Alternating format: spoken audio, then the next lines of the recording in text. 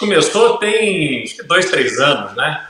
Sim. E foi um dos empreendimentos mais bem-sucedidos da história pública planetária. Quando a gente poderia imaginar que um serviço que foi anunciado como sendo um serviço do governo, oferecido através dos bancos, mas enfim, uma iniciativa governamental de uma tecnologia feita pelo Banco Central, quando a gente poderia imaginar que algo feito pelo governo seria tão rapidamente absorvido, incorporado no cotidiano das pessoas, né? Isso é um fenômeno, foi um fenômeno que aconteceu. Já desde aquele primeiro momento, eu manifestei toda a minha preocupação em relação ao que estava ali acontecendo e quais eram os reais propósitos daquilo, porque nunca acreditei que um governo, com toda a sua burocracia, incompetência e lentidão, conseguisse fazer uma campanha de lançamento de qualquer serviço da forma tão impressionante como foi o Pix. Mas vamos lá. O Pix, rapidamente, ele passou a fazer parte do cotidiano do brasileiro.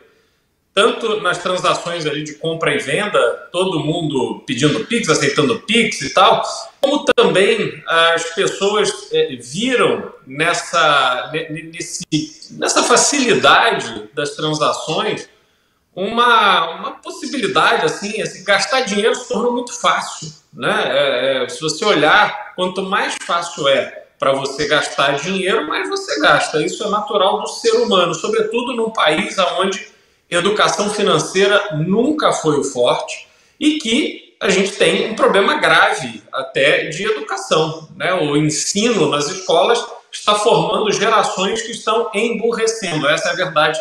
No Brasil, a gente está limitado como país por gerações que vão ficando mais improdutivas, com QI mais baixo, com condição de reagir e acompanhar as tecnologias, não a tecnologia de ficar na internet, na rede social, mas as tecnologias que vêm para os meios de produção e as pessoas se habituarem, como inteligência artificial e tantas outras coisas que acontecem.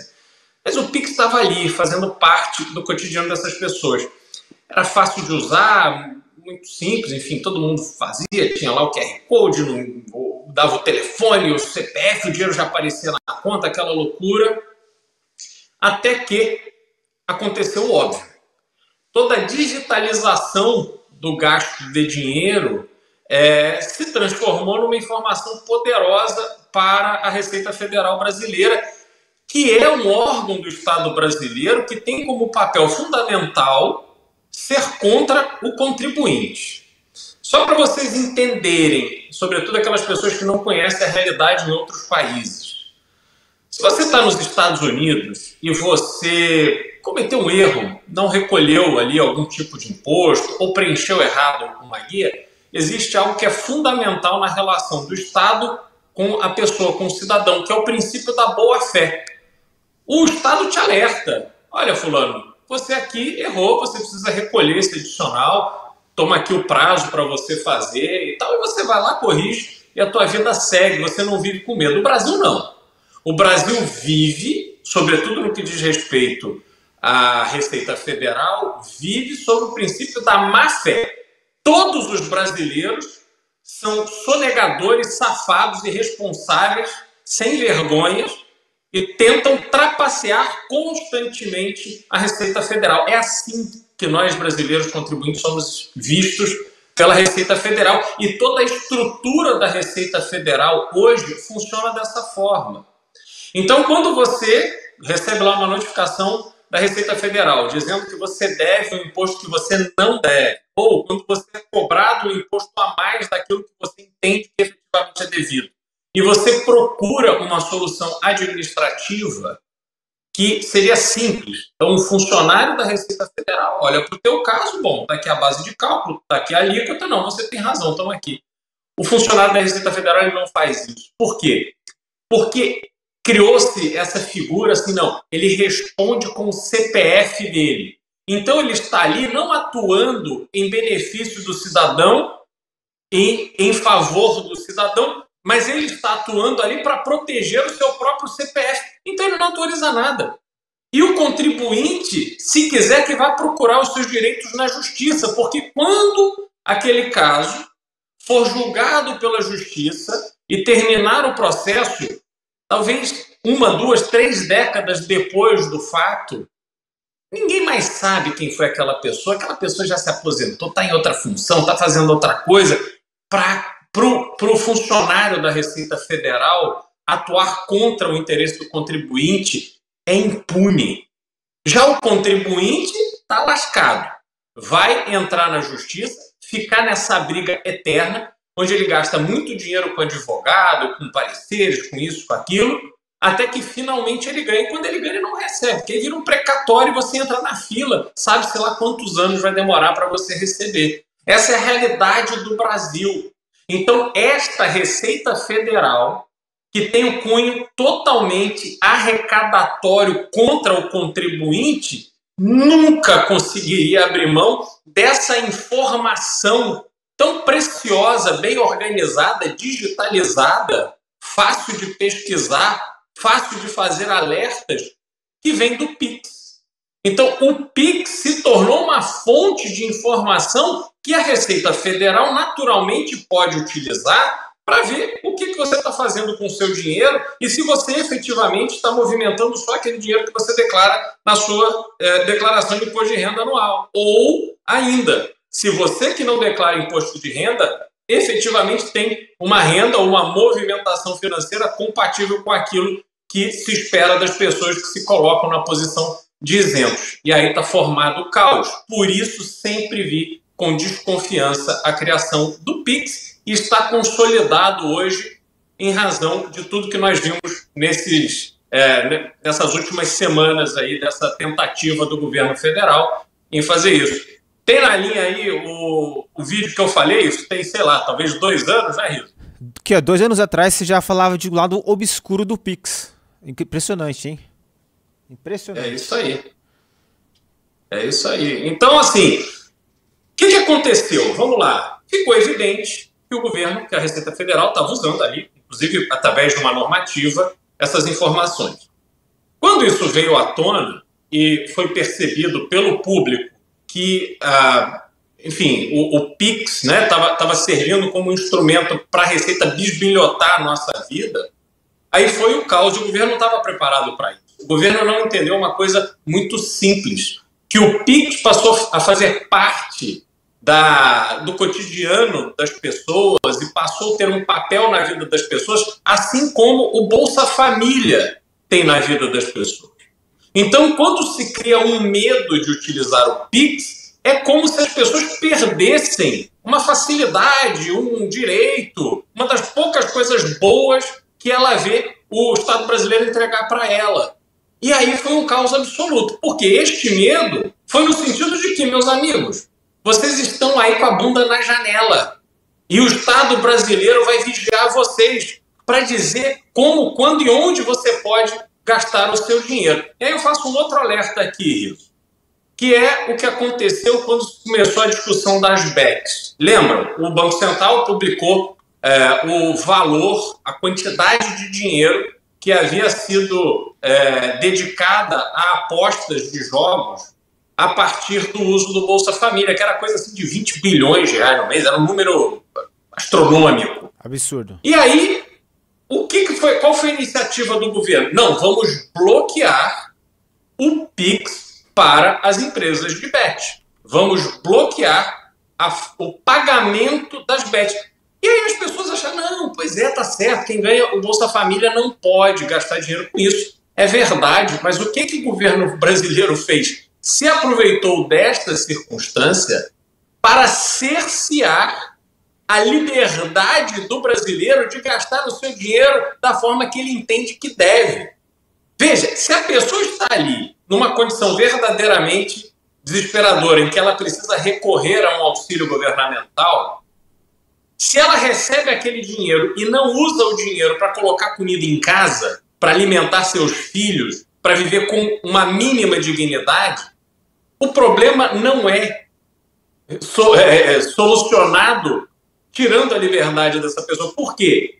Porque o problema que existe ali é um problema muito mais amplo.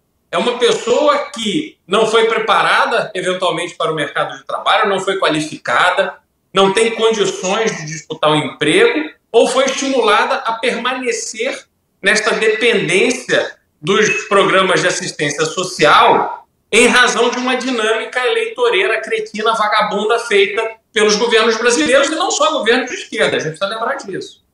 Então, toda essa dinâmica que foi criada pelo governo, quando ele diz assim, ó, você não pode gastar com isso, hoje é com bet.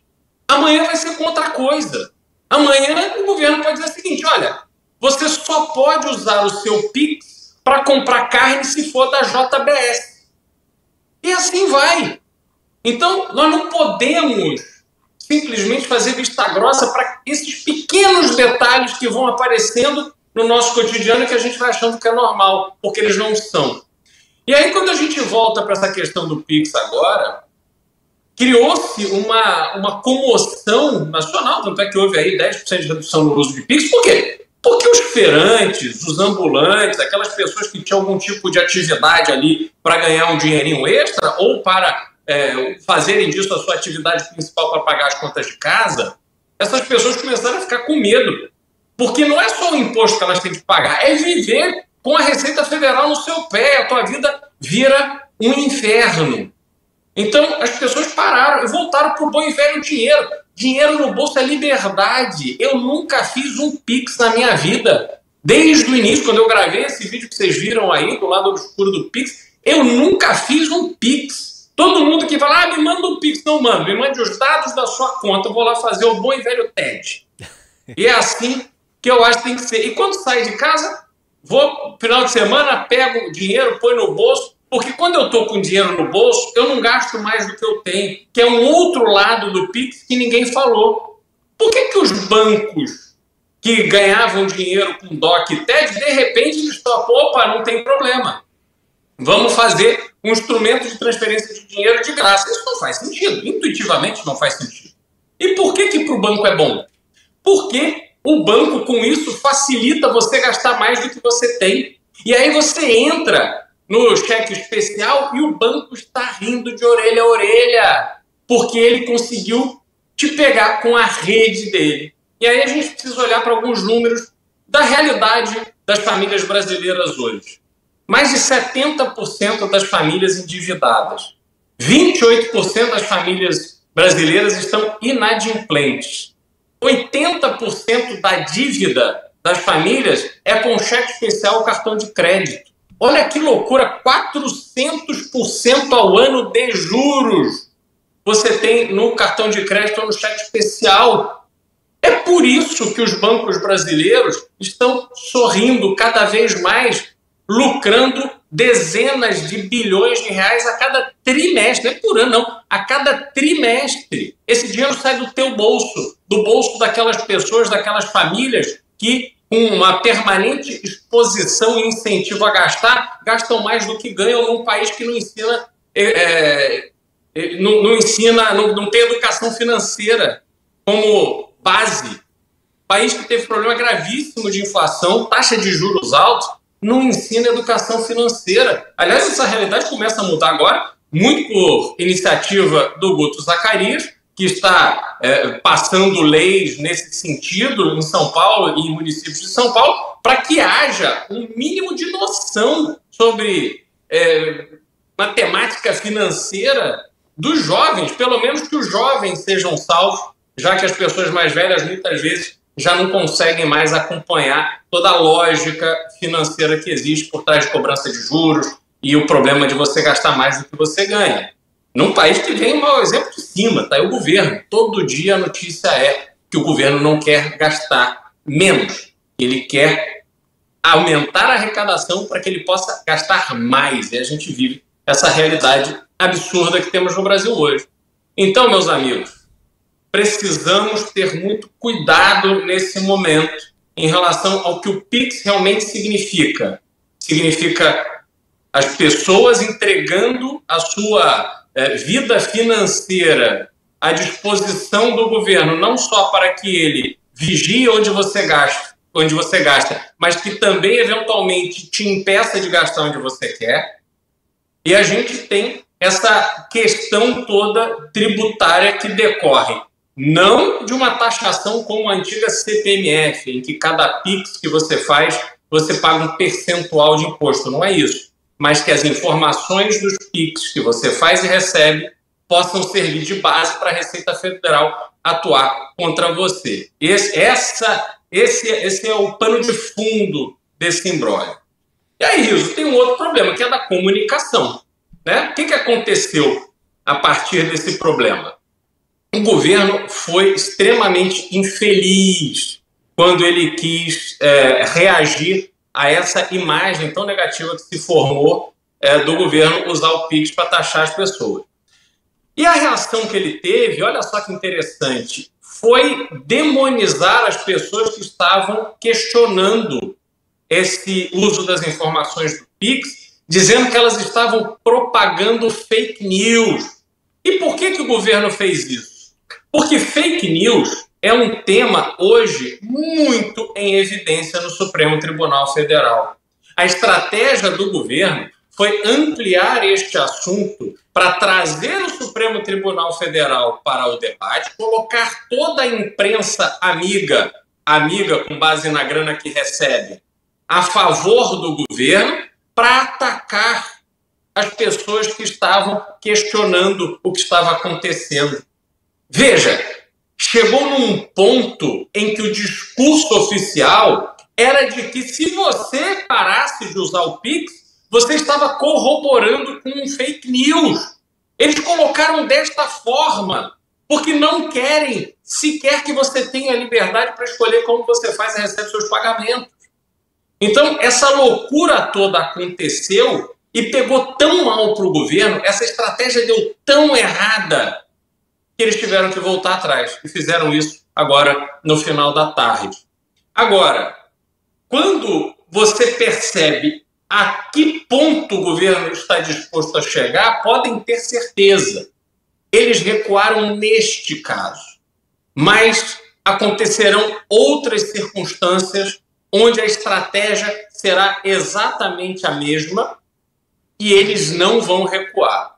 Nós estamos no Brasil num processo de perda da nossa cidadania, da nossa autonomia, da nossa condição de brasileiro. Estamos sendo sequestrados por essa estrutura de poder vagabunda, sem vergonha, pilantra, que só olha para o próprio umbigo, para os seus próprios interesses. Não faz nenhum sentido institucional que estamos vivendo no Brasil hoje.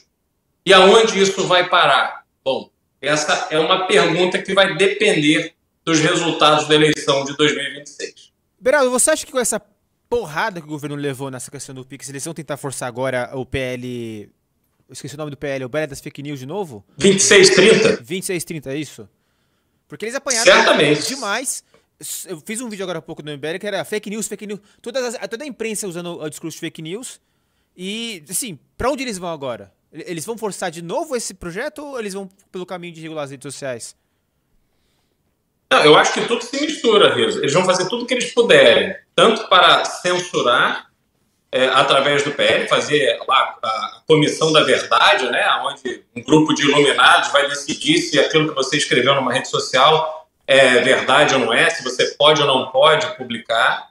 E, ao mesmo tempo, eles vão tentar ir para cima das redes, causar o medo, como fizeram agora, ou tentaram fazer com a Meta, a partir das declarações de Mark Zuckerberg sobre o fim daquela, aquela checagem lá independente, tem um nome que me fugiu agora, substituindo isso pelas notas de comunidade, que é uma solução muito simples e eficiente adotada pelo X.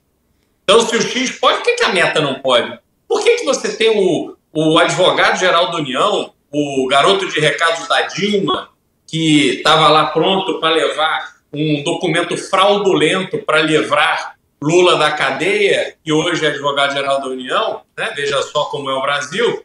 Por que ele tem que se meter numa decisão de uma empresa privada norte-americana? Toda aquela mobilização, todo aquele discurso, a troco de quê? Qual foi o problema concreto que aconteceu? Por que ficar expressando medinho? Que é justamente para criar esse clima de que a extrema-direita, né, porque só existe eles, os abençoados, e a extrema-direita. Não existe mais nada, nenhum espectro político é viável nessa lógica imbecil que a esquerda brasileira alimenta. Então, eles usam essas circunstâncias para ficar alimentando a ideia de que esta extrema-direita só sabe operar com fake news e que eles são os guardiões da verdade. Então, eles precisam de instrumentos de censura para poder diminuir a repercussão das mentiras contadas pela direita.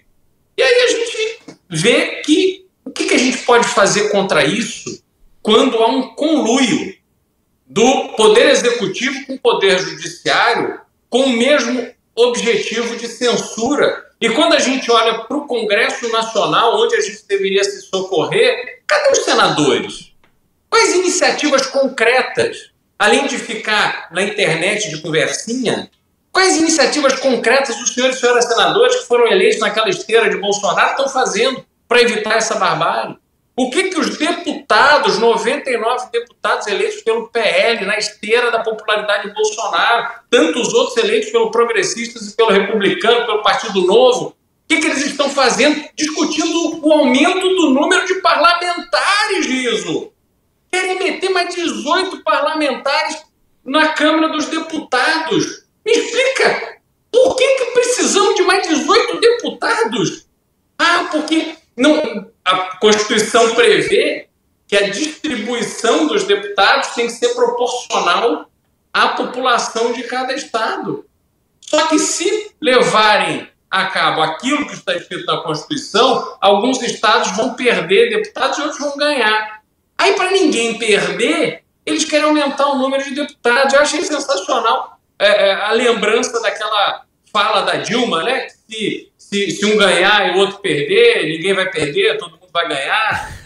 Essa é a lógica dessas pessoas, Riso. Assim, o Brasil se mobilizou inteiro por causa da tributação em cima das movimentações feitas a partir do PIX.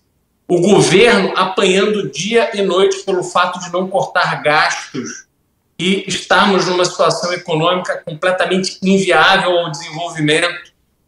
E o Congresso Nacional, que deveria ser a nossa tábua de salvação, querendo aumentar o número de deputados disso. Então, assim, qual é a esperança que se tem neste Brasil de hoje? Absolutamente nenhuma. Não há nenhuma chance deste Brasil de hoje, com este Supremo, este Poder Executivo e este Congresso, provocar qualquer mudança em favor da população brasileira. Não tem nenhuma. A própria reforma tributária, da maneira que ela foi apresentada e como ela está sendo conduzida, com centenas, mais de 1000 emendas, quer dizer, algo que era feito para ser simples, se transformou num monstro que vai manter os contadores ocupados e a Receita Federal feliz, porque vai poder te pegar no contrapé aquele númerozinho que você colocou errado, aquele formulário que você não fez, aqueles R$2.000 que você não recolheu, que 5 anos depois já viraram R$20.000 e você que se lasca para pagar. Então, essa dinâmica não vai se alterar, ela vai continuar exatamente a mesma. E como é que o brasileiro vai avançar, vai prosperar, vai evoluir, vai melhorar de vida? Porque o país melhora quando a população melhora. Não existe país, né? Não existe o Estado, existem as pessoas. As pessoas têm que melhorar de vida. As pessoas têm que ter condição de ter mais retorno pelo seu trabalho. Entendeu? Outro dia, aliás, ontem, eu estava conversando com uma amiga que é diretora de um banco aí em São Paulo. E ela estava dizendo assim, olha, é impressionante como o empresário brasileiro não desiste. O empresário brasileiro é um herói. Eu estava ponderando, ele não é um herói. Ele não é um herói. Ele luta porque ele não tem alternativa. Ele trabalha, ele se dedica, ele corre risco, toma processo tributário, processo trabalhista, fiscalização, não sei o quê, e ele vai, porque ele não tem alternativa, porque no final das contas, todo esse trabalho, todo esse empenho, toda essa energia, toda essa dedicação está se transformando em dinheiro no bolso dos bancos e do governo. Não volta para o empresário, a menos que você seja um grande empresário e aí você deva muito. Você não paga seus impostos, você dá uma banana para os bancos, enche o teu bolso e vai brigar, porque aí você tem grana para poder brigar com esses peixes grandes aí. Mas se não for isso, se você está tentando com dignidade manter a tua loja, o teu comércio, a tua pequena empresa de prestação de serviço, você está lascado. Esse é o grande problema do Brasil hoje.